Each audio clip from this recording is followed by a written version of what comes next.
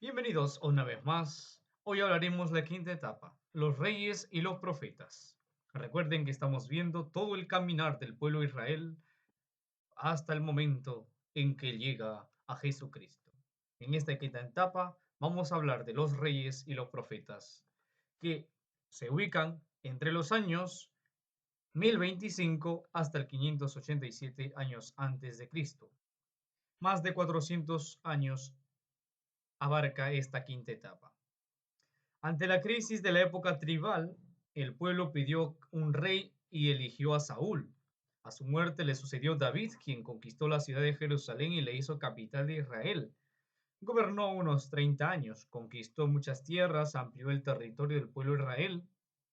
Su virtud fue lograr la unidad de las 12 tribus.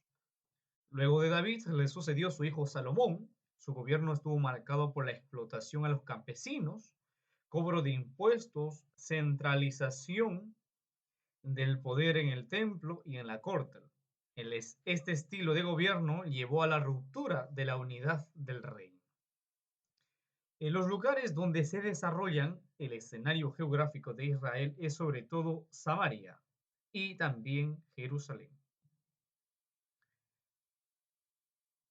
Esta época tiene algunas características sumamente marcadas. Por ejemplo, en el norte se organizan como reino aparte 10 de las 12 tribus del pueblo de Dios. Es decir, todo este reino unificado por David y luego pues llevado a su culmen y también por supuesto a su agotamiento de estos dos reinos, de este reino mejor dicho, se divide en dos. El reino del sur, el reino del norte.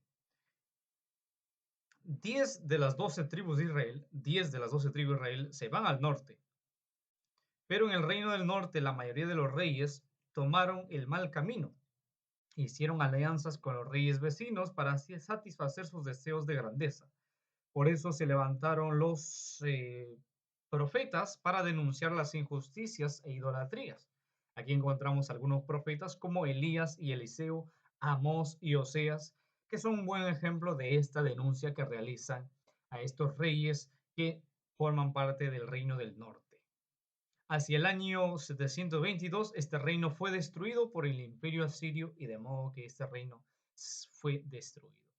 En el reino del sur, también de mayoría de sus reyes hicieron el mal ante los ojos de Dios, con excepción de Ezequías y Josías, quienes promovieron reformas religiosas y también reformas políticas. Los profetas que más se distinguieron en el reino del sur es el profeta Isaías, Miqueas, Jeremías, Habacuc y Sofonías. Ahora veremos un poco de la experiencia que tienen estos israelitas a lo largo de este periodo de la época de los reyes y los profetas. Es que la experiencia de Dios que ellos tienen es una experiencia doble. Por un lado está la experiencia de Dios en el templo, cada vez más ritual, y de un culto vacío, muy cercano a la conducta de los reyes y terratenientes y comerciantes. Es decir, había un tema de ir a la ritualidad al templo, pero el culto era como que no era una buena relación. Por el otro lado, aparece la experiencia de los profetas que hablan de un Dios de la justicia que quiere misericordia y no sacrificios. Entonces tenemos una doble experiencia de Dios. Por un lado, una actitud cultural, ritualista, formalista, y por otro lado, una experiencia de Dios como justicia que quiere más misericordia y no sacrificios, es anunciado por los profetas. Los libros que nos hablan de esta época son el primero y segundo de Samuel, el primero y segundo de Reyes, el primero y segundo de Crónicas y otros libros proféticos que tienen pues nombre específicamente como proféticos, ¿no?